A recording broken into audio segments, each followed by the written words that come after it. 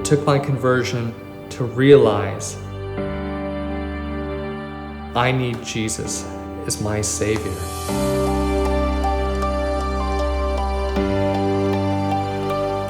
I was born and raised in small town Montana, a little town called Whitehall, and grew up on a little hobby farm. My mom had 40 acres and chickens, pigs. She'd rescue little calves from our ranchers that we did cattle drives for.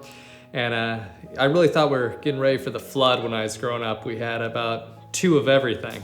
But my mom loved her animals and, graduated from a class, less than 45 kids and, really rural upbringing. And then went down to school. I got tired of the cold, so went to college in Daytona Beach, Florida.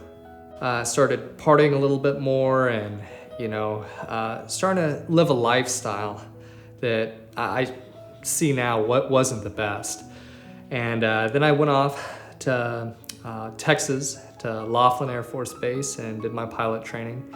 And the end of that, ended up getting an assignment to Travis Air Force Base in Northern California out of Fairfield, and flew the C-5 Galaxy and got to see the world, and it was a great experience. But again, I kind of got caught up in that pilot lifestyle a little bit, and always gone, and I ended up going further down a wrong path. I made some really bad decisions while I was in the Air Force and started making some bad choices. Went through some really hard times and ended up leaving the Air Force. And when I got out, I went to business with a couple business partners. I found out after a year of in business with them and after investing a lot of my own money to start this company, that they were doing things that I didn't know about that were not legitimate. And I realized, hey, I better cut these strings. So I left them and pretty much had to start from the ground up. And that was one of the low points of my life. And, I went from, one point in my life flying all around the world for the Air Force as a pilot and, kind of on top of the world in a way, but I was still empty and, made some bad decisions and, my life, I wasn't living my life the right way. And when I hit this low point, I knew I needed a radical change.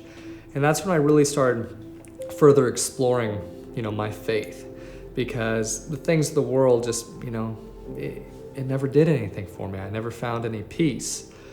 And, my spiritual journey, kind of backtracking just a little bit, really started in college. I was taking a theoretical physics class along with a comparative religion class. That was the first time I was introduced to a lot of different religions and philosophies. And it really put me on, I wanted truth. I was really searching for truth more than anything. And for the last 10 years, I've always, studied the different world religions and, all the new things that scientists were discovering in the theoretical physics community. And, I ended up kind of getting lost in a new age spirituality for a while. But none of that, I never found peace. I never found, that the truth I was looking for. And finally, it was actually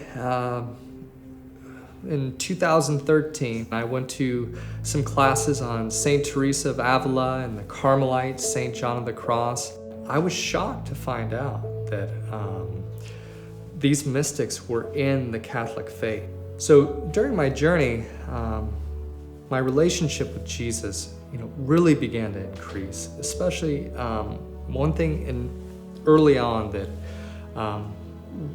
helped strengthen that relationship was the spiritual exercises of St. Ignatius. And that daily work of, trying to till up, I had some very rocky soil. And those exercises really helped till that soil. So the seed of salvation could really be planted in my soul. And as Jesus really started working in my heart and transforming me, it was just amazing how my personal relationship with him changed. Because before, it was more Jesus was an idea or a historical figure. I didn't have a personal relationship with Jesus, true man and true God. And there's no substitute for it, having that relationship.